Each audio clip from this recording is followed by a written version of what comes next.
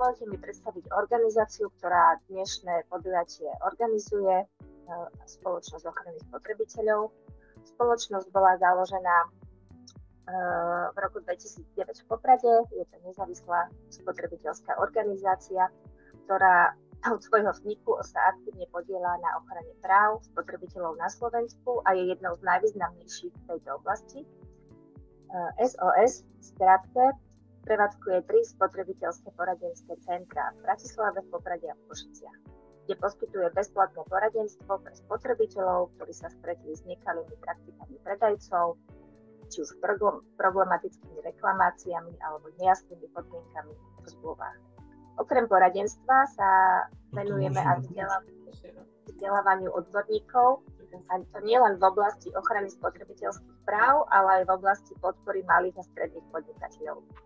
Programy ako Consumer Pro a Consumer Law Ready pomáhajú firmám lepšie pochopiť svoje povinnosti voči spotrebiteľom a predchádzať sporom. Dôležitou súčasťou činnosti SOS je aj príprava národnej legislatívy a implementácia európskych predpisov, čím prispieva k modernizácii právneho prostredia na ochranu spotrebiteľov. SOS sa zapája aj do medzinárodných projektov, napríklad do skupinových nákupov, ako je aj tento. Taktiež realizujeme mystery shopping, kde testujeme služby a produkty s cieľom zistiť ich reálnu kvalitu a dodržiavanie pravidiel. Medzi významné projekty patria tiež ClearHP, ClearX a STEP.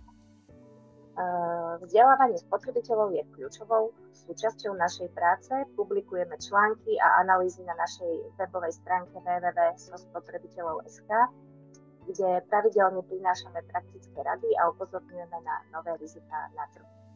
SOS je tiež registrovaným partnerom subjektom alternatívneho riešenia sporov ARS, čo znamená, že pomáha spotrebiteľom riešiť konflikty s obchodníkmi mimosúdnou cestou, rýchlo a efektívne a bez zbytočných nákladov. SOS je tiež členom Európskej organizácie BEUK, ktorá združuje spotrebiteľské organizácie z celej Európy a presadzuje ich záujmy na úrovni Európskej únie. Ďakujem veľmi pekne za slovo. Dovolte mi, aby som sa predstavil. Moje meno je Michal Kaľavský a v spoločnosti Klimavex pracujem na pozícii HVAC Product Manager, čiže mám na starosti vlastne vetranie, kúrenie a chladenie. V podstate aj celý môj profesijný život sa venuje obnoviteľným zdrojom energie, aj vlastne celé moje vzdelanie je z odboru využívania alternatívnych zdrojov energie, aj je moje predošlé pracovné skúsenosti. Takže pokúsim sa vám v jednoduchosti vysvetliť, ako efektívne prevádzkovať tepelné čerpadlo a v podstate ako si ho správne zvoliť, na čo si dať pozor, pri tej prevádzke a ako sa starať o to tepelné čerpadlo. Na začiatok dovolte povedať zo pár vecí o značke tepelných čerpadiel Hyundai. Vlastne Klimavex Group je výhradným importérom zariadení HVAC pre český a slovenský trh značky Hyundai. Samotná značka Hyundai je to juhokorejský gigant s globálnym dosahom, ktorá je založená v roku 1967 a má rozsiahle skúsenosti od pôvodného zamerania cez stavebníctvo a lode, cez dobre známy automobilový priemysel, tak v dnešnej dobe majú značné investície v rámci obnoviteľných zdrojov energie. Čo sa týka dnešnej agendy, tak preberieme si 6 okruhov. Prvým okruhom alebo prvou témou bude výber tepelného čerpadla. Tam si vysvetlíme rozdiel medzi tepelnými čerpadlami split, monoblok, potom si povieme niečo o chladivách. V tej druhej časti si povieme, na čo si dať pozor pri umiestnení vonkajšej jednotky tepelného čerpadla, čo je dôležité pri tom, aby ste vlastne aj vy mohli odkontrolovať inštalatéra, či to urobil správne aj z vášho pohľadu koncového zákazníka. V tom treťom okruhu si povieme niečo o elektrických tarifách, ktoré sú vhodné pre tepelné čerpadla a ako si po inštalácii tepelného čerpadla môžete zmeniť tú tarifu. V štvrtej časti si povieme, aké sú rôzne kombinácie tepelného čerpadla s iným zdrojom tepla, príklad s kotlom na tuhé palivo, s plynovým kotlom alebo čisto s kombináciou elektrokotla. A vlastne v piatom okruhu si povieme niečo o údržbe tepelných čerpadiel a na záver si prejdeme zo pár takých najčastejších otázok, otázok a problémov, ktoré súvisia s témou tepelných čerpadiel. Na začiatku by som rád povedal, že budeme sa baviť o tepelných čerpadlách typu vzduch-voda. To znamená, že to tepelné čerpadlo berie energiu zo vzduchu a pomocou chladiarenského okruhu ho prenáša do vykurovacieho okruhu a tam sa využíva to teplo. Čiže čo sa týka možno takých informácií, vieme dobre, že tie tepelné čerpadlá sú aj typu zem-voda a voda-voda, ale z počtov kusov predaných čerpadiel vychádza, že 99% sa predávajú tepelné čerpadlá vzduch-voda a kvázi, povieme si neskôr aj o tých klimatických podmienkach a o tých priemerných vonkajších teplotách, že v podstate už v dnešnej dobe stačí používať tie tepelné čerpadlá vzduch-voda. To základné rozdelenie tepelných čerpadiel vzduch-voda sa rozdeľuje na tepelné čerpadlá typu split a tepelné čerpadlá typu monoblok. Tepelné čerpadlo typu split je vonkajšia vnútorná časť tepelného čerpadla spojená chladiarenským potrubím, v ktorom prúdi chladivo. Čiže neprúdi tu priamo voda, vykurovacia voda prúdi až v interiéri a dostáva sa až z vnútornej jednotky potom do vykurovacieho okruhu. Tepelné čerpadlo typu monoblok je vlastne od výroby naplnené chladivom, zapúzdrené a funguje ako jedna jednotka, v ktorej je aj obehové čerpadlo a už vonkajšia a vnútorná časť technickej miestnosti je spojená vykurovacou vodou, čiže priamo nám vykurovacia voda vchádza do vonkajšej jednotky tepelného čerpadla. Teraz možno, že vás napadne otázka, že prečo vlastne sú tie rôzne typy tých tepelných čerpadiel, prečo je tam split a prečo je tam monoblok, prečo nestačí vlastne jeden typ. Je to tomu, že v rámci tepelných čerpadiel sa využívajú rôzne typy chladiv. Chladivo je vlastne pracovná látka, ktorá cirkuluje v chladiarenskom okruhu a ktorá dokáže urobiť to čaro, že aj z nízkych vonkajších teplot vieme vlastne pomocou kompresora využiť tú energiu z okolitého prostredia a distribuovať ju do vykurovacieho okruhu. A takým základným rozdelením chladiv použitých v tepelných čerpadlách Hyundai je chladivo R32 a chladivo R290. Chladivo R32 je vlastne, je to ekologické chladivo, je mierne horľavé a tie výstupné teploty čerpadiel, ktoré používajú chladivo R32, sú plus minus do tých 65 stupňov teploty vykurovacej vody. Používa sa aj v splitových, aj v monoblokových tepelných čerpadlách. Vzhľadom na to, že žijeme v Európskej únii, Európska únia tlačí na ekologickosť chladív a vlastne na GVP číslo. GVP je vlastne parameter, ktorý nám hovorí, ako vplýva to chladivo na, povedzme, životné prostredie a čím nižšie číslo je, tak tým lepšie pre životné prostredie. Chladivo R290 je to čistý propan, je to úplne prírodné, naturálne chladivo bez akýchkoľvek prímesí a s týmto chladivom vieme ísť do výstupnej teploty vody do 75 stupňov, čo už vlastne vieme ísť aj do rekonštrukcií, do pôvodného radiátorového systému a vieme robiť TUVčku s veľmi vysokou výstupnou teplotou. Čiže Takéto chladivá sú ale častokrát viac horľavé až vysoko horľavé. Čiže čím ekologickejšie chladivo, tým je viac horľavé. Preto tie chladiva sa využívajú potom už len z bezpečnostných dôvodov už len v monoblokových riešeniach, čiže to chladivo už je naplnené, zapuzdrené a vyskúšané, natlakované vo výrobnom závode. Čiže nehrozí už práca s chladivom priamo na inštalácii tepelného čerpadla.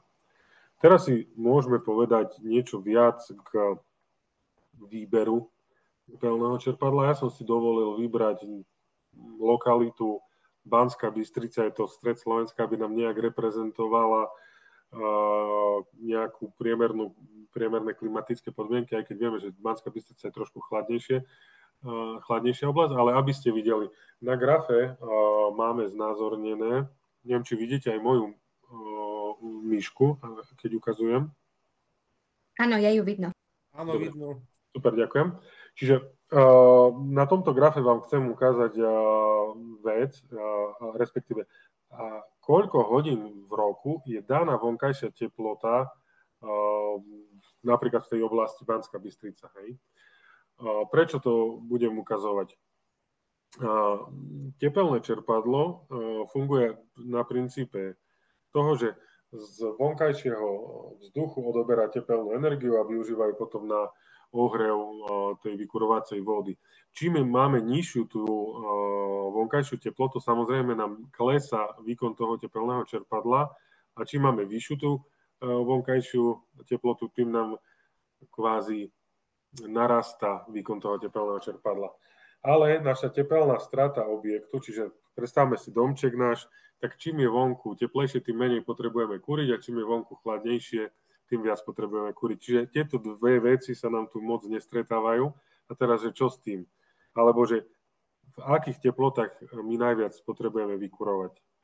Čiže dal som tu také dve oblasti a tá žltá nám ukazuje, že v takom nezrekonštruovanom objekte my už potrebujeme vykurovať od vonkajšej teploty plus 20 stupňov. Už máme tú tepelnú stratu takú, že už v podstate bez nejakého zdroja tepla by sme nevedeli udržať tých 22-23 stupňov vnútornej teploty, čiže už nám chladne ten priestor, potrebujeme ho dokúriť.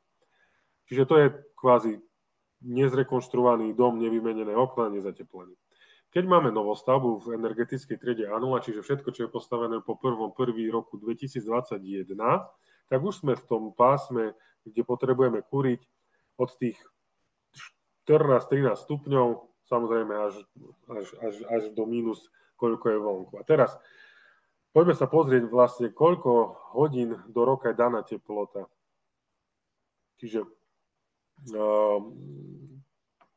ešte sa možno vrátim k nejakým historickým obdobiam, že ako sa niekedy navrhovalo kúrenie, hej, že všade bol asi 25 kW plynový kotol, keď sa riešil plynový kotol. A že to je dobré, hej, že všetci majú taký a je to v poriadku.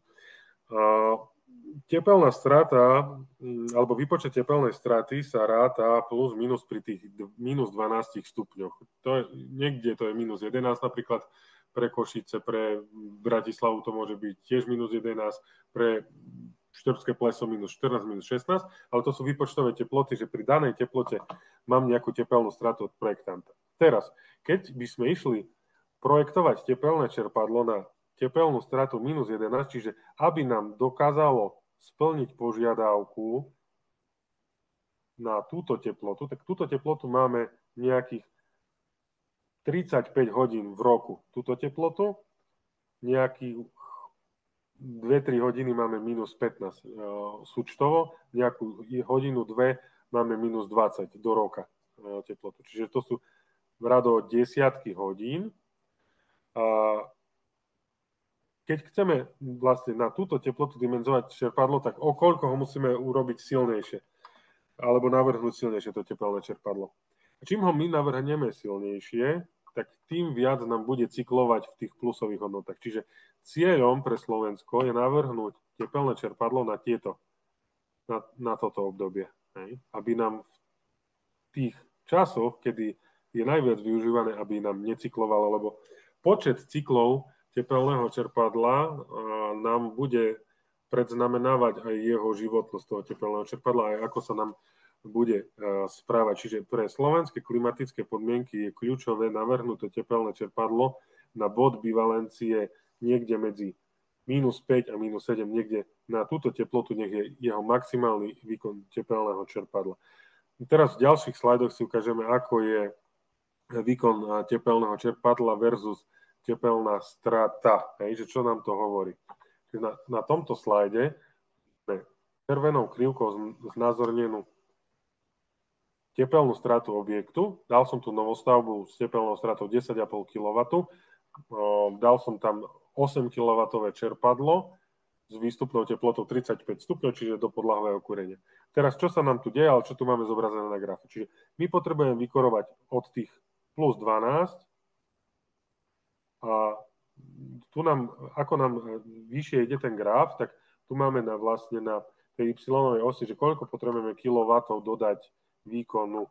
Čiže toto je tepelná strata objektu. Ona je pomerne lineárna. Čiže čím je chladnejšie, tým je väčšia tá tepelná strata, čím je teplejšie, tým je menšia tá tepelná strata. Teraz na krivke máme zobrazený maximálny výkon tepelného čerpadla a minimálny výkon tepelného čerpadla vzhľadom na vonkajšiu teplotu. Teraz, my tu máme zvolené čerpadlo s bodom bivalencie niekde na úrovni -7 stupňov. Čiže v tomto bode je maximálny výkon toho tepelného čerpadla a už keď je nižšia teplota, už nedosiahne splniť požiadavku tepelnej straty a už musí mať záložný zdroj nejaký. A teraz máme aj minimálny výkon tepelného čerpadla. Preto je v dnešnej dobe aj maximálny, aj minimálny výkon tepelného čerpadla, lebo tepelné čerpadla sú už v dnešnej dobe všetky inverterové, to znamená, že vedia prispôsobovať svoj vykurovací výkon na základe vonkajšej teploty, čiže vedia ubrať z výkonu, vedia pridať výkonu. Ale nie je to regulovateľné od 0 do 100%, je to regulovateľné pri danej teplote niekde na úrovni od 25-30% do 100%. To znamená, že aj ten minimálny výkon je dôležitý a čím viac vpravo máme ten minimálny výkon tepelného čerpadla preťatý tou tepelnou stratou, tak tým menej nám v týchto oblastiach bude vlastne to tepelné čerpadlo cyklovať. Správne navrhnuté čerpadlo má nejakých 4 až 9, 10 cyklov do dňa.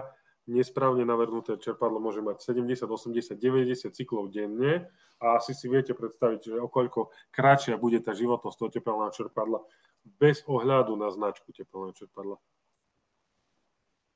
Čiže toto je správne navrhnuté čerpadlo. Čiže vie regulovať v týchto oblastiach, čiže od nejakých -7, 8 do nejakých +3 krásne vie prispôsobiť svoj výkon tepelnej strate. Od +3 do tých +12 bude vlastne, tu bude nejaké tie cyklovanie, ale bude v menšej miere, ako by to bolo, keby sme vlastne na tú 10,5 kW stratu pri tých -13, 12 použili, že niekedy sa to až tak neriešilo, tá tepelná strata a na 10 kW stratu, však pre istotu dajme 15-16 kW čerpadlo do istoty, aby sme mali rezervu. No práve naopak pri teplných čerpadlách to je veľká chyba urobiť to, že preddimenzujeme ten zdroj tepla. Zničíme si to teplné čerpadlo, nebude nám dobre fungovať. Čiže tu platí také základné pravidlo, že o nejakých 20-30%, keď poddimenzujeme versus tepelná strata, že vidíte, že tu mám 10,5 kW je tepelná strata objektu a je to navrhnuté 8 kW čerpadlo. A pre ukážku som si vybral aj neúplne správne zvolené tepelné čerpadlo. Dal som tam 12 kW čerpadlo a vidíme, že ten bod bivalencie sa nám síce posunul na niekde na tých -14, čiže tých dokopy 7 hodín bude potrebovať aj tak pomôcť, ale tento graf sa nám posunul už ku nule a už stovky hodín budeme mať problém s cyklovaním tepelného čerpadla a už bude vlastne ten výkon príliš vysoký na to dané tepelné čerpadlo. Toto platí pri novostavbe, teraz sme si modelovali novostavbu. Teraz vám ukážem vlastne, čo v prípade rekonštrukcie a respektíve, keď ideme do radiátorového vykurovania, do vyšších vykurovacích tep. Napríklad tu som zvolil tepelnú stratu objektu 13 kW a ideme do radiátorového vykurovania a na tú 13 kW stratu som zvolil 10 kW čerpadlo. Vidíme, že bod bivalencie mám niekde na úrovni -4 a krásne viem modulovať výkon toho čerpadla až do plus 5 stupňov, mám široké regulačné pásmo. Čiže toto je správne riešenie. Správne riešenie, 16 kW čerpadlo na 13 kW stratu, zase sa mi posúva až k nule, to regulačné pásmo minimálne a od nuly až do tých plus 20. Hej, tu je dobre povedať, že tie rekonštrukcie sa kúria už od vonkajšej teploty plus 20, čiže od 0 do plus 20 sme v pásme, kedy nám to tepelné čerpadlo bude cyklovať. Čiže tu táto časť bola venovaná tomu, aby sme vedeli, že ak potrebujeme ísť do tepelného čerpadla, ako sa zorientovať, čo je tepelná strata, ako plus minus si overiť, že či mám správne zvolené to čerpadlo, čiže jemne poddimenzovať, aké sú rozdiely medzi monoblokovým a splitovým tepelným čerpadlom, aké sú rozdiely v chladivách. Vo všeobecnosti tie tepelné čerpadla R290 sú asi jedno z najmodernejších riešení. Väčšinou sú tie tepelné čerpadla aj s lepšími reguláciami, aj vlastne väčší vývoj v týchto tepelných čerpadlách ako v R32, čiže je to taký trend a kvázi pred 10 rokmi, keby sme sa rozprávali o tepelných čerpadlách, tak málo výrobcov, málo monoblokové riešenia, teraz majú všetci výrobcovia monoblokové riešenia. Poďme si povedať niečo o osadení vonkajšej jednotky a o nejakej bezpečnosti pri inštalácii tepelného čerpadla, keďže sme si spomínali, že jedno chladivo je mierne horľavé a druhé chladivo je veľmi horľavé. Čiže keď sa pozrieme na podmienky umiestnenia tepelného čerpadla, tak dá sa to z viacerých pohľadov na to pozrieť, ale ja vám poviem také základné 3 veci, ktoré je dobre si pamätať, preto aby ste mali to čerpadlo nainštalované bezpečne, aby nebolo hlučné, aby bolo efektívne. Čiže prvý základ, keď školím tepelné čerpadla, je, že musíme to tepelné čerpadlo umiestniť minimálne 30 cm od dokončenej fasády domu. Preto hovorím dokončenej fasády, lebo sú experti, ktorí si namerajú 30 cm a zabudnú, že sa to ešte ide zatepľovať a potom ide tam 25 cm polystyrenu a už nám zostáva len 5 cm. Čiže tepelné čerpadlo potrebuje minimálne 30 cm od dokončenej fasady priestoru, lebo ono si zozadu nasáva vzduch a vyfúkuje ho vonku, pred seba. Čo sa týka toho výfuku pred seba, tak je potrebné zabezpečiť, aby 2 metre pred výfukom tepelného čerpadla nebola žiadna neprievzdušná prekážka. To nám zabezpečí 2 veci. Jedna vec, že to tepelné čerpadlo bude odvádzať ten ochladený vzduch preč z priestoru okolo tepelného čerpadla. Bude to prúdenie lineárne. Lineárne prúdenie znamená, že to bude tichá prevádzka. Ako náhle by sme tam mali nejaký živý plot, nejaký susedov pozemok, nejaký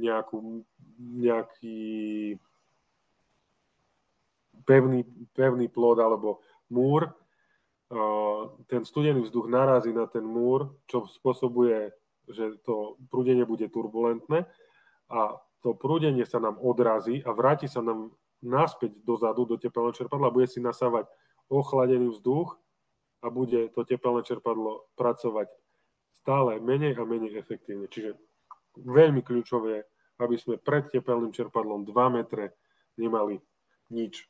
Častokrát sa tepelné čerpadlá inštalujú do domov, kde máte veľmi blízko pozemky vedľa seba a práve tam by ste ho chceli mať a ešte otočené najlepšie k susedovi a tam nevychádza tie 2 metre častokrát, ale netreba byť tvrdohlavý, treba ho radšej otočiť, to tepelné čerpadlo, tak, aby sme tie metre pred tým čerpadlom mali, je to veľmi dôležité.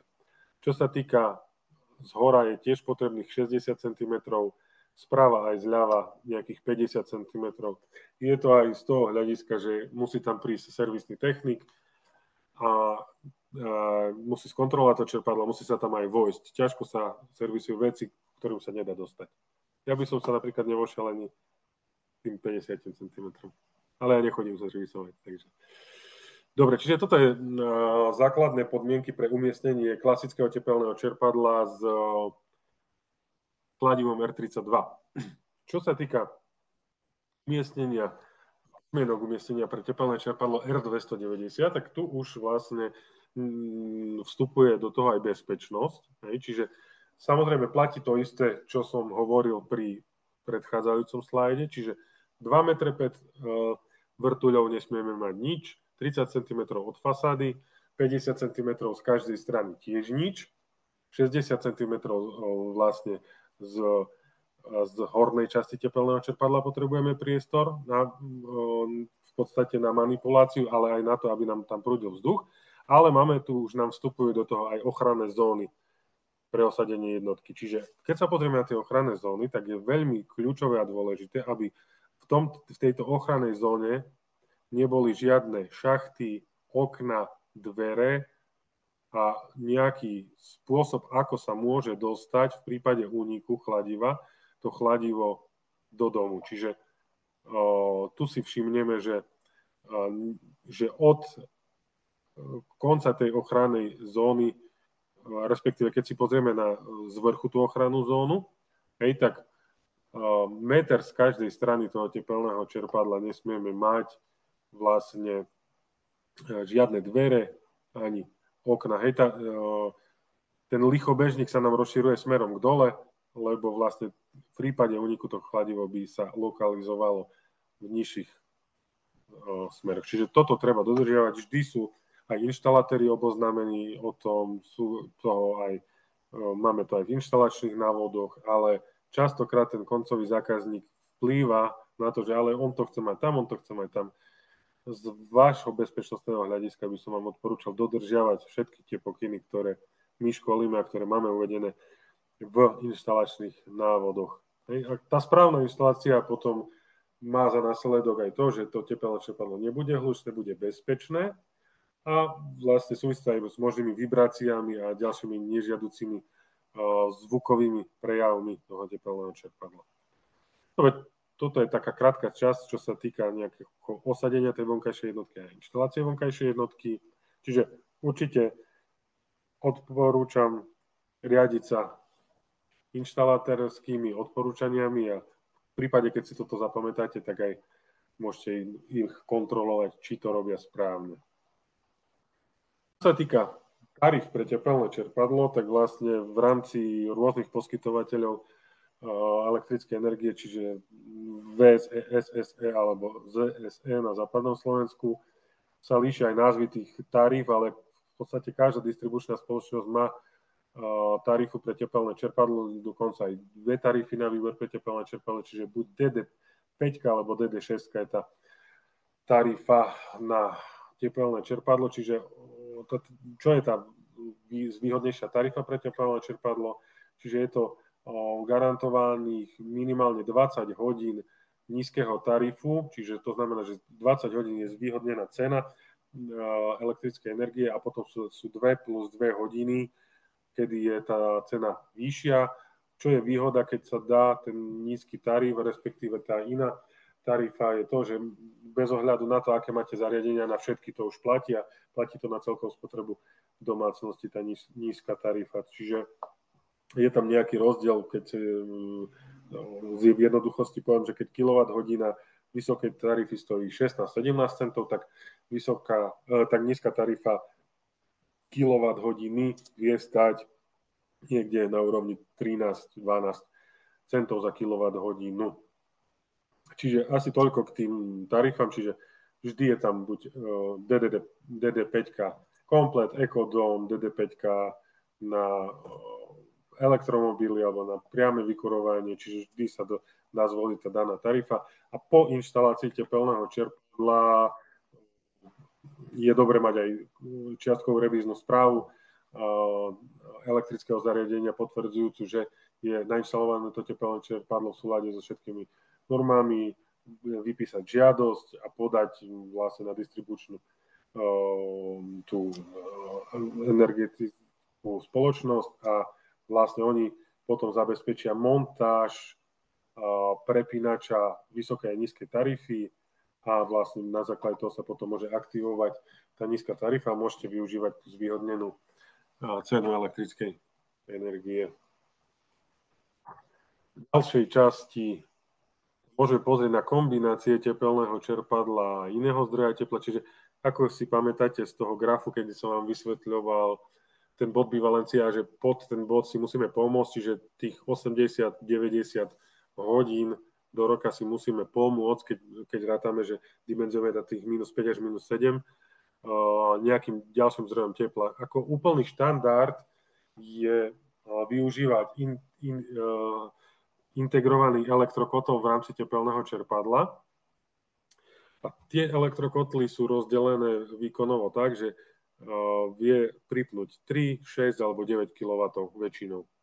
Čiže on, keď si potrebuje pomôcť pri tej nižšej teplote, jemu stačí na veľmi malú chvíľu si pomôcť, na pár hodín si pomôcť, napríklad stačí mu len tie 3 kW si pomôcť.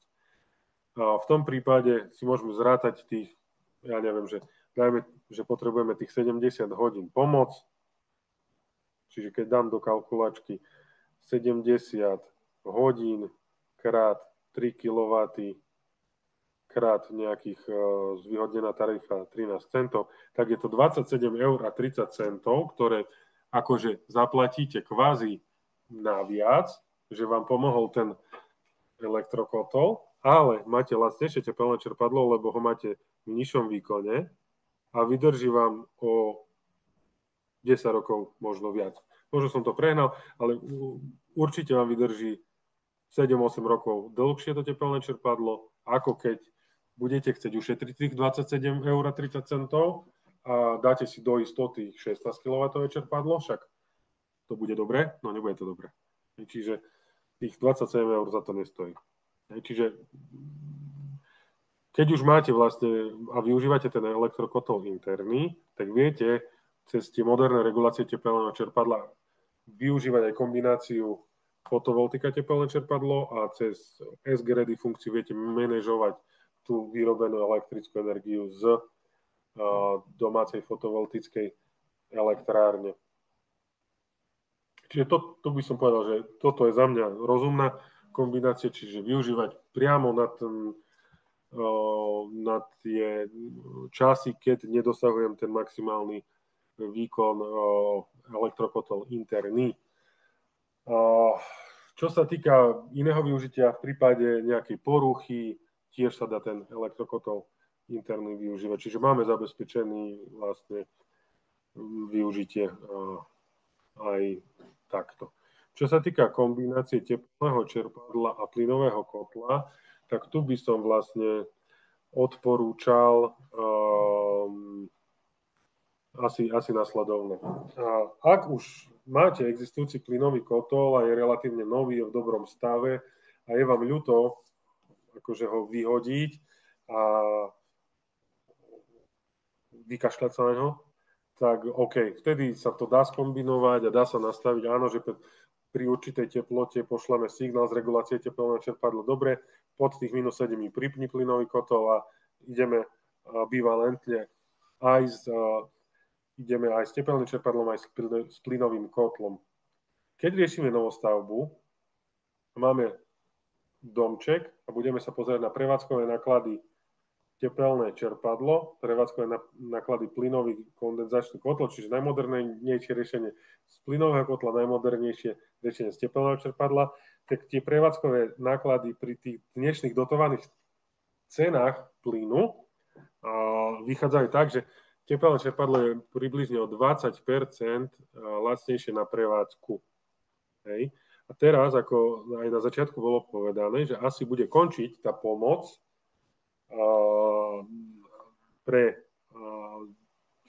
bude tá pomoc len pre nízkopríjmové skupiny, na tú cenu plynu, takže tie nožnice sa nám ešte otvoria a tá prevádzka bude ešte lepšia s tým tepelným čerpadlom. Čiže ja by som k tej kombinácii povedal, je to možné, je to riešiteľné, ale išiel by som do toho len vtedy, keď už to mám vyriešené. Lebo keď si zoberieme, musíme riešiť pripojenie, musíme riešiť komunikáciu medzi tým, čiže nie je to úplne, že zadarmo riešenie a že len zapojím a ide, je tam nejaká investícia do inštalácie a spojenia toho systému.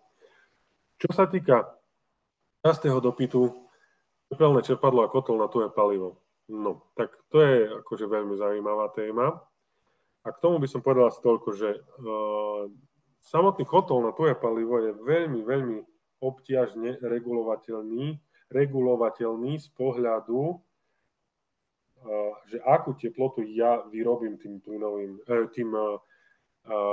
kotlom na tuhé palivo. Čiže väčšinou to tak funguje, že sa naloží ten kotol na tuhé palivo drevom a tá teplota veľmi prudko vstúpa a nie je úplne dobre regulovateľná. V kombinácii s tepelným čerpadlom to nie je najšťastnejšie riešenie, lebo tepelné čerpadlo, bez ohľadu na to, či má alebo nemá splnenú požiadavku, ono si v pravidelných intervaloch pretáča systém, aby sa mu nezasekli ventily, potrebuje sa pozrieť, aké má teploty, čiže sem tam sa mu vlastne zapne systém a kontroluje sa.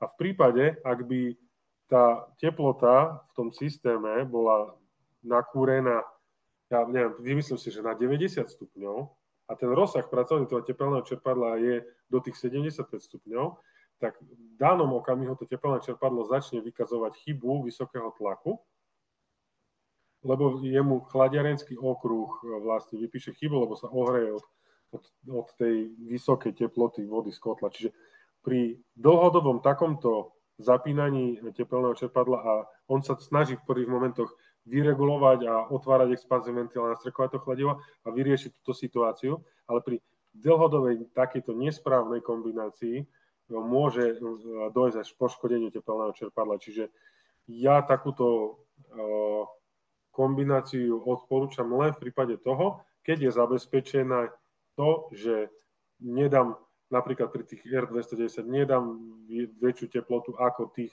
maximálne 70 stupňov, tak keď je to 70, tak poviem 60, aby som tu mal nejakú rezervu, čiže nejakú normálnu teplotu do tej akumulačky. A musí to byť nejak mechanicky vymyslené tak, aby bola zabezpečená, že z toho kotla viac tepla nedostanem do toho vykurovacieho systému, lebo ináč si viem vlastne poškodiť to tepelné čerpadlo. A stále sa bavíme, že ideme šetriť 27 eur a 30 centov. Takže asi toľko k týmto kombináciám. A poďme sa prejsť do ďalšej časti a to je servis tepelných čerpadiel a pravidelná údržba. Všeobecne tá pravidelná údržba každého technického zariadenia je veľmi dôležitá. Tým, že tie tepelné čerpadlá nestoja málo, tak je dobre si chrániť to tepelné čerpadlo. Prvá ochrana je rešpektovať všetko, čo sme si dnes povedali, čiže aj ten správny výber tepelného čerpadla. A druhá ochrana je, keď už ho mám to tepelné čerpadlo, tak sa o neho budem patrične starať. A veľmi odporúčam sa starať o tepelné čerpadlo každý rok a každý rok si vlastne objednať servisnú prehliadku tepelného čerpadla, kde tí servisní technici sú vyškolení na to, aby urobili dobrý servis tepelnému čerpadlu, aby vedeli, čo majú pozrieť na tom tepelnom čerpadle, čiže kontrolujú elektrické zapojenie, napätia, prúdy, uzemnenia, izolácie, mechanicky kontrolujú celistvosť inštalácie, čistotu výmenníkov, merajú parametre vykurovacej vody, kontrolujú, či nie je nejaký začínajúci únik chladiva, kontrolujú tlaky, teploty a rôzne poruchy, ktoré by sa mohli vyskytnúť v regulácii. Pomôžu vám do nastavení toho tepelného čerpadla. V podstate pár rokov som pracoval ako šéf servisu tepelných čerpadiel a dobrú skúsenosť mám pri tých prehliadkach tepelných čerpadiel, že v rámci každého roka sa ešte znižovala spotreba toho tepelného čerpadla skrz to lepšie nastavenie to tepelné čerpadlo a vždy ten koncový zákazník lepšie a lepšie pochopil tomu, ako žiť s tým tepelným čerpadlom a s tou technológiou a k tomu veľmi dopomáhajú aj tí servisní technici pri tej pravidelnej údržbe a pravidelnom servisnom zásahu toho tepelného čerpadla. Prejdeme plynule k tej poslednej časti a tá je časté otázky. Čiže základná otázka, čo robiť v prípade poruchy tepelného čerpadla? Jasné, že v prípade poruchy tepelného čerpadla je potrebné kontaktovať servisné stredisko, inštalačné stredisko alebo servisného partnera, ktorého máme prideleného. A vlastne u nás to bude možné cez webové rozhranie, telefonicky, alebo je dobre čo najlepšie popísať problém, čo mi vyhadzuje jednotka, ako chybový kód, urobiť možno nejakú fotku toho problému. Veľmi veľa porúch, by som povedal, že veľké percento porúch sa dá vyriešiť vzdialene, čiže my sa vieme potom na diaľku pripojiť na tepelné čerpadlo a skontrolovať parametre nastavenia, či je nejaký parameter náhodou nie je zle nastavený, alebo čo sa vlastne udialo v rámci toho problému. A ak vieme vydiagnostikovať vzdialene, čo s tým tepelným čerpadlom, tak my vieme priznať ten servis už potom pripravený a na mieste vyriešiť ten problém zákazníka. Čiže asi takýmto spôsobom by som odpovedal na túto otázku, že čo robiť v prípade poruchy tepelného čerpadla. Určite kontaktovať, čo najlepšie popísať problém a riadiť sa potom inštrukciami. Čiže pri tej vzdialenej správe v rámci tepelných čerpadiel Hyundai to funguje tak, že užívateľ na diaľku servisnému technikovi povolí ovládanie tepelného čerpadla na 24 hodín, čiže ten servisný technik sa pozrie do toho tepelného čerpadla, pozrie nastavenia, prípadne opravia, vydiagnostikuje, že čo sa nám s tým tepelným čerpadlom deje. Čiže to je odpoveď na tú prvú otázku. Ďalšia častá vec, že ako nastaviť tepelné čerpadlo počas dlhšej neprítomnosti. Oplatí sa vypínať, oplatí sa nevypínať. Ja by som odpovedal asi tak, že keď máme tú kratšiu neprítomnosť, tak sa neodporúča vôbec robiť nič. Kratšiu prítomnosť by som datoval niekde do tých týždeň, dva, to ešte by som povedal, že kratšia neprítomnosť za ten týždeň, dva, keď v tom objekte, to by som povedal, že pri novostavbách, za týždeň, dva sú to dobre izolované novostavby, čiže z pohľadu kúrenia nám veľa tepla neunikne. Z pohľadu TUVčky, tie zásobníky sú tiež dobre izolované a budú sa vám dokúriť tých pár stupňov vody, keď sa nepoužíva. Čo sa týka nejakej dlhšej neprítomnosti, samozrejme tie moderné regulácie tepelných čerpadiel sú na to pripravené a asi skrz všetky značky je možné nastaviť režim pri tepelnom čerpadle Hyundai, je to možné nastaviť dovolenkový režim, nastavíte si, kedy idete na dovolenku, kedy prídete na dovolenku a v rámci toho definovaného ohraničeného času si viete stiahnuť tú požadovanú teplotu v interiéri, aj stiahnuť požadovanú teplotu teplej vody. Tu by som upozornil na pozor pri teplote teplej vody, že určite nie je veľmi bezpečné vypnúť ohrev tej teplej vody na 3 týždne, lebo vlastne pod určitou teplotou je možné, že v tej vychladnutej vode sa začne tvoriť legionela, čiže to je baktéria, ktorá potom spôsobuje legionárskú chorobu. Čiže v prípade, že ak chceme znížiť tú teplotu teplej vody a máme zapnutý ten dovolenkový režim, vždy sa vás regulácia opýta, či chcete zapnúť aj dezinfekciu. A dezinfekcia je to, že každý deň o 23. hodine vám potom tepelné čerpadlo prehreje tú teplotu teplej vody na bezpečnú hranicu, kde tú baktériu zabije. Takže to by som určite odporúčal nechať zapnuté. Ale ja neviem, či často ten koncový zákazník chodí na 3-týždňovú dovolenku. Ja na také dovolenky nechodím, čiže ja by som to asi ani neriešil, keď je to kratšia neprítomnosť. Tá otázka je, že ako eliminovať hlučnosť. Tak tá hlučnosť súvisí určite aj s tou inštaláciou vonkajšej jednotky, s tým, že pred tou vrtuľou nemám 2 metre nainštalované nič. To je ten prvý predpoklad. ale to vnímanie hlučnosti je veľmi subjektívna vec a z mojej praxe som zažil, že tepelné čerpadlo bolo na ističoch vypnuté, aj tak hučalo susedovi oproti, čiže ono to je niekedy iný problém, ale áno, sú ľudia, ktorí majú zvýšenú senzitivitu na hluk alebo na nejaké jemnulinké vibrácie a samozrejme regulácia myslí aj na to a v rámci ovládača vieme nastaviť tichý alebo super tichý režim a eliminovať tak vlastne ten výkon zvukový tej vonkajšej jednotky tepelného čerpadla. Vieme to priamo urobiť aj cez mobilnú aplikáciu a zapnúť tam ten tichý režim. Ďalšia otázka. Ako je správne nastaviť tepelné čerpadlo, že nastavovať ho na konkrétnu vykurovaciu teplotu, alebo ako riešiť to nastavenie tepelného čerpadla. Tak tu odporúčam určite. Najlepšie možné riešenie je ekvitermická regulácia. A ekvitermická regulácia znamená to, že je to regulácia, ktorá sníma aktuálnu vonkajšiu teplotu, sníma vnútornú teplotu a na základe toho upravuje teplotu vykurovacej vody. Čiže berie do úvahy aktuálne podmienky, v ktorých sa nachádzame. Je to aj najefektívnejšia regulácia, aj najúspornejšia regulácia.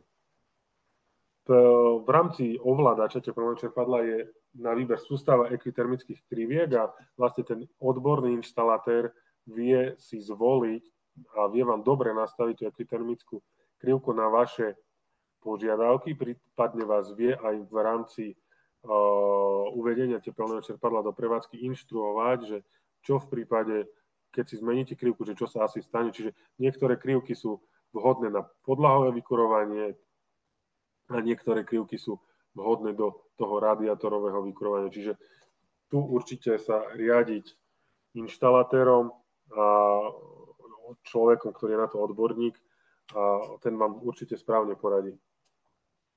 Samozrejme, keď riešime novostavbu, tak vás bude inštruovať, že kým sa odvlhčí tá novostavba, kým si to všetko sadne, kým sa nakumuluje ten dom, tak sa budú aj meniť tie vykurovacie krivky, kým sa nájde tá správna, vždy to trvá nejakých 5-6 mesiacov prevádzky s tým tepelným čerpadlom, kým sa nájde to najvhodnejšie riešenie na ten daný objekt a kým si aj tá stavba zvykne.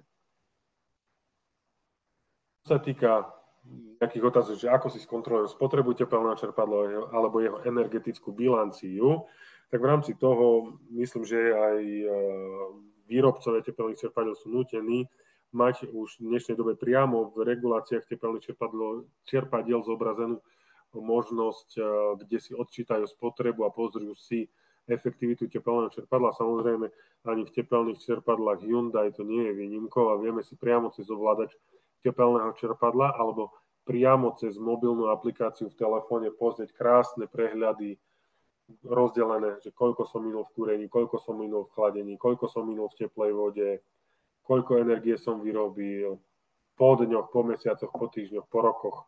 Čiže krásny energetický manažment spracovaný a prehľad o vašom tepelnom čerpadle.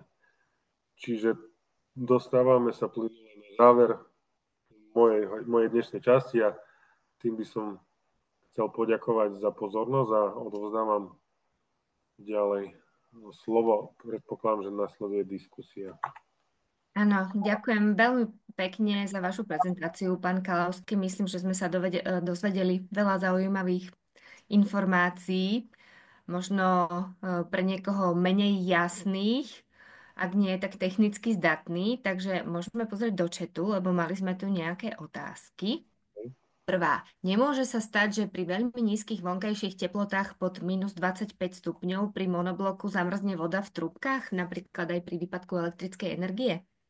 Áno, pri dlhom výpadku elektrickej energie sa môže stať, že zamrzne táto voda, ale akože v podstate aká je prax, alebo či sa to deje, alebo či sa to nedieje. Hej?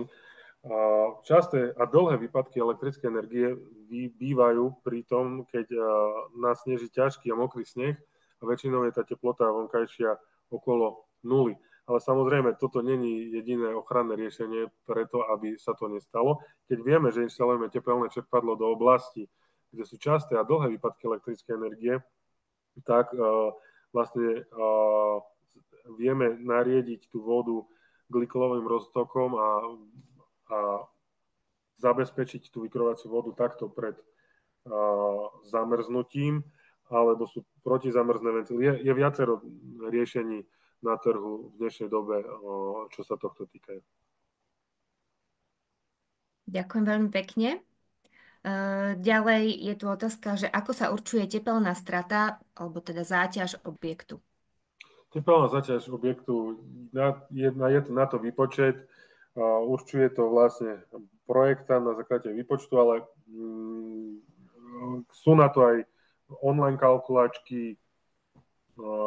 Pri tých novostavbách je to jednoduchšie vypočítať. Tam, keď si zapamätáme, že pri novostavbe, keď si vynásobíme objem vykurovaný, čiže metre kubické krát nejakých 15 W na kubík, tak budeme vedieť, že ten domček, tá novostavba, že koľko má asi tú tepelnú stratu pri tých minus 11. Hej. Čiže keď si zadáme, že máme 100-metrový dom a máme 260 metrov kubických vzduchu a dáme krát 15 W na kubík, tak ten 100-metrový domček v energetickej triede A0 môže mať teplnú stratu niekde na úrovni 3,9 kW.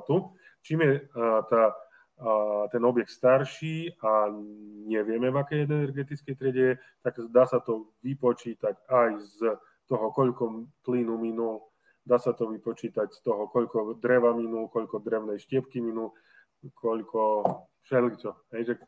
Každý materiál, čo sa spaľuje, má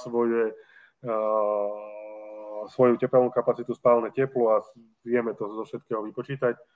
Ľudne je to vypočítateľné, sú na to online kalkulačky, že dá sa to aj takto laicky na to prísť.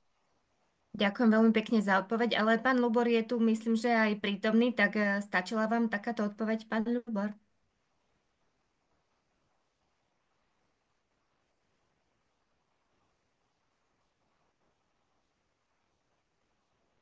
Asi áno. OK, ďakujem za odpoveď.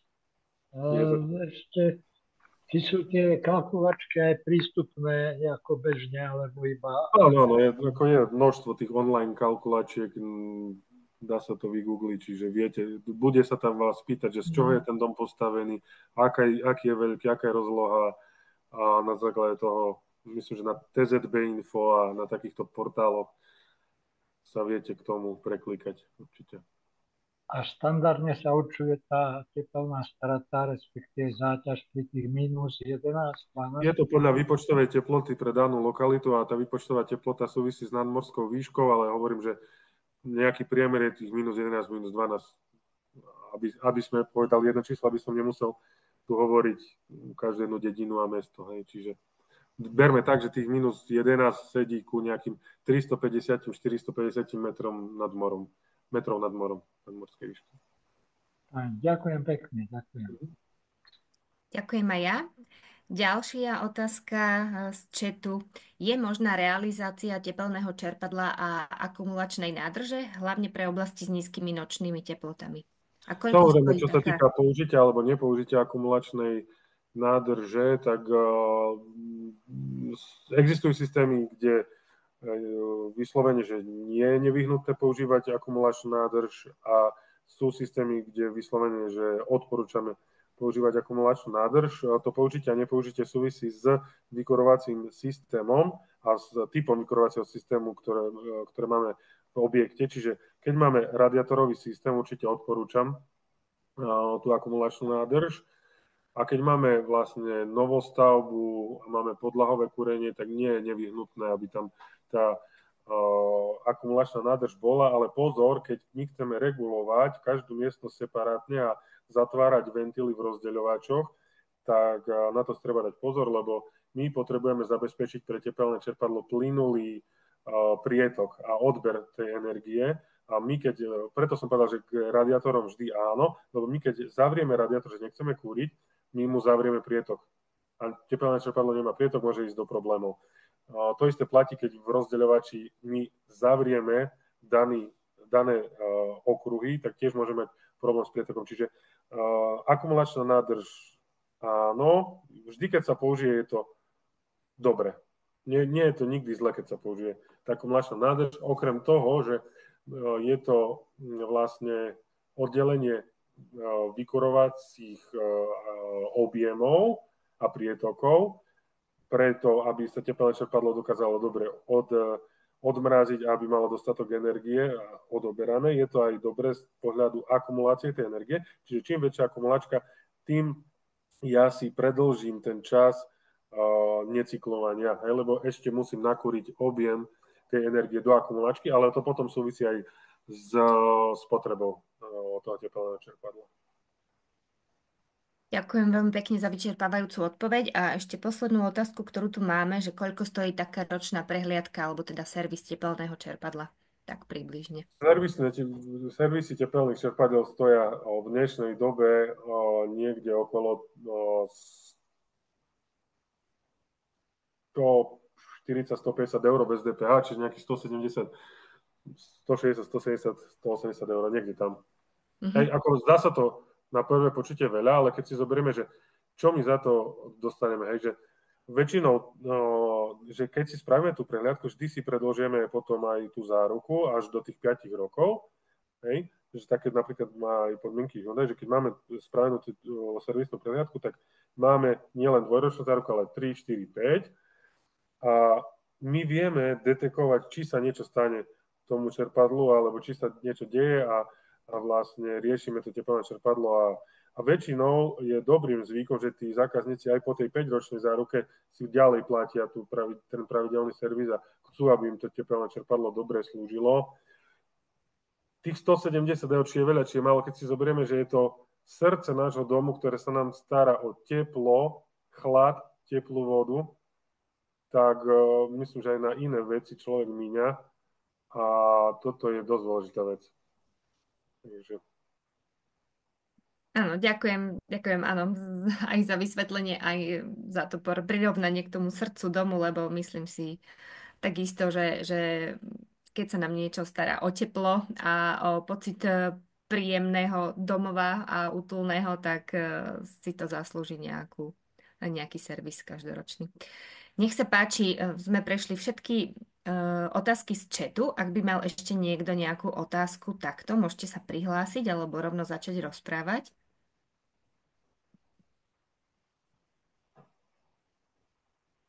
Dobrý deň, počujeme sa? Áno, nech sa páči. Ja som tam mal otázku a ja som dával do chatu prosbu, že aby bola diskutovaná tá otázka, neviem, či ste si nevšimli. Hneď druhá otázka v poradí, že pán prednášajúci v podstate primárne sa zameriaval na výkon čerpadla z pohľadu kúrenia, ale ako je to z pohľadu užitkovej vody, TUVčky, lebo v zásade aj vlastne pôvodne, keď sa dimenzovali plynové kotle, tak ako tam primárne ani tak nešlo o vykurovanú plochu a ďalšie záležitosti, ale aj o užitkovú vodu, že tam vlastne bol potrebný ten výkon, že ako toto nejakým spôsobom sa zohľadňuje pri teplných čerpadlách. Ďakujem. Čo sa týka tých teplných čerpadiel R32 a R290, tam sú výstupné teploty do 65 a do 75 stupňov, čiže my do zásobníka TUV tým pádom vieme urobiť dostačujúcu teplotu a čo sa týka, že či ja odporúčam osobne zohľadňovať výkon do tej TUVčky alebo nie, tak pri tých klasických inštaláciách rodinných domov, keď to tam nezohľadním, tak mám väčšiu šancu, že bude tak poddimenzované čerpadlo, aby to bolo správne a ten výkon do TUVčky stačí bohate každého teplného čerpadla, aj toho najmenšieho, aby tú požiadavku splnil. Ale niektorí výrobcovia alebo niektorí technici odporúčajú prirátať tej teplnej záťaži alebo k tomu výkonu potrebnému niekde 1,5 kW naviac ako keby do tepelnej straty. Ja to tak nerobím. Ja by som povedal, že toto nie je problém pri zásobníkoch teplej vody, ale čo sa týka náveru zásobníkov teplej vody, sú veľmi špecifickí tí zákazníci a je veľký rozdiel, že či máte len sprchu, alebo máte 250 litrovú váňu a chcete ju naplniť 150 litrovým zásobníkom. Čiže je to veľmi špecifické a a veľmi to súvisí s danou inštaláciou, ale vo všeobecnosti na sprchu a na klasický zásobník to ja tam neriešim. A samozrejme pri väčšej inštalácii bytové domy, komerčné objekty, tak tam je celá procedúra návrhov, vychádza sa z počtu osôb, z počtu odberných miest, tej TUVčky a tam sa to dimenzuje, tam sa to normálne projektuje.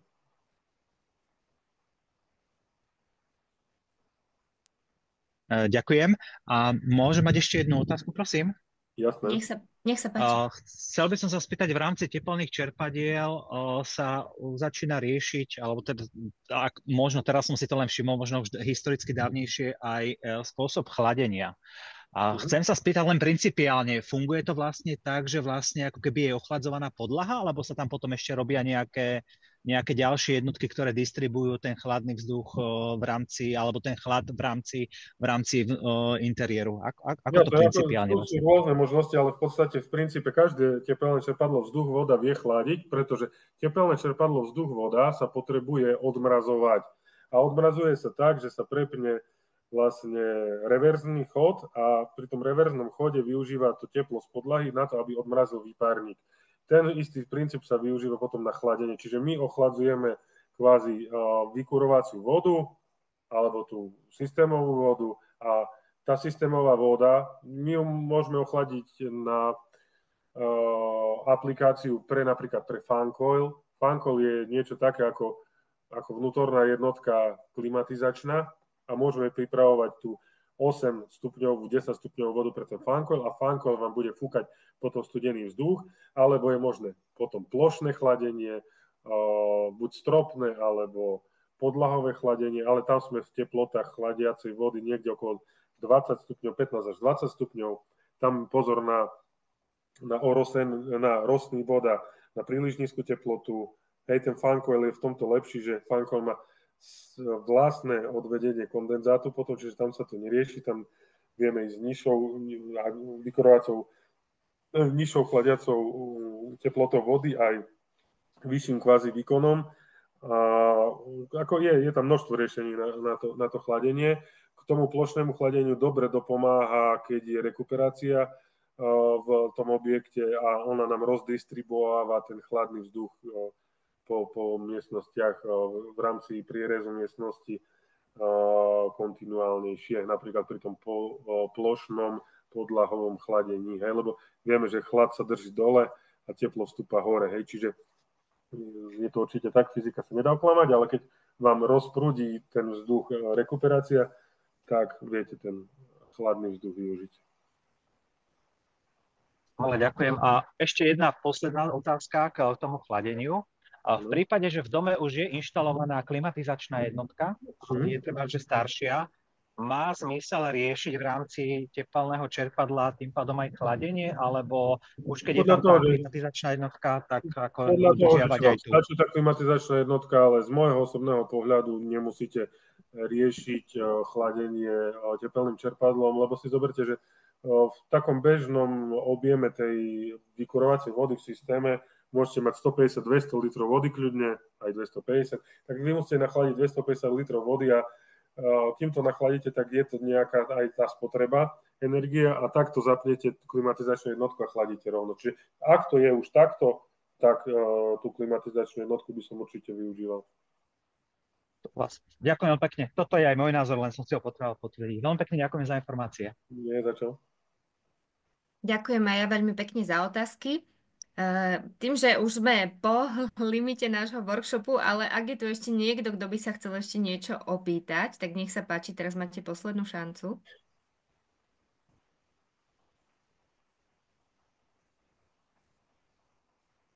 Ak nie, tak ja veľmi pekne poďakujem pánovi Michalovi Kalavskému za jeho veľmi zaujímavú prezentáciu o údržbe a prevádzke tepelného čerpadla.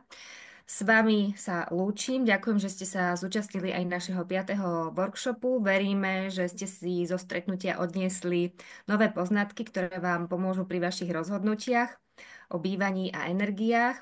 A teda, keď už sa nevidíme pri žiadnom workshope, ale môžete si ich pustiť online na YouTube, tak sa aspoň na vás tešíme pri nákupe tepelného čerpadla. Verím, že vám naše workshopy pomohli pri rozhodovaní, že vás trochu uviedli do problematiky a teším sa na vás niekedy na budúce pri možno inej téme. Ďakujeme a majte sa pekne. Ďakujem, dovidenia. Dovidenia.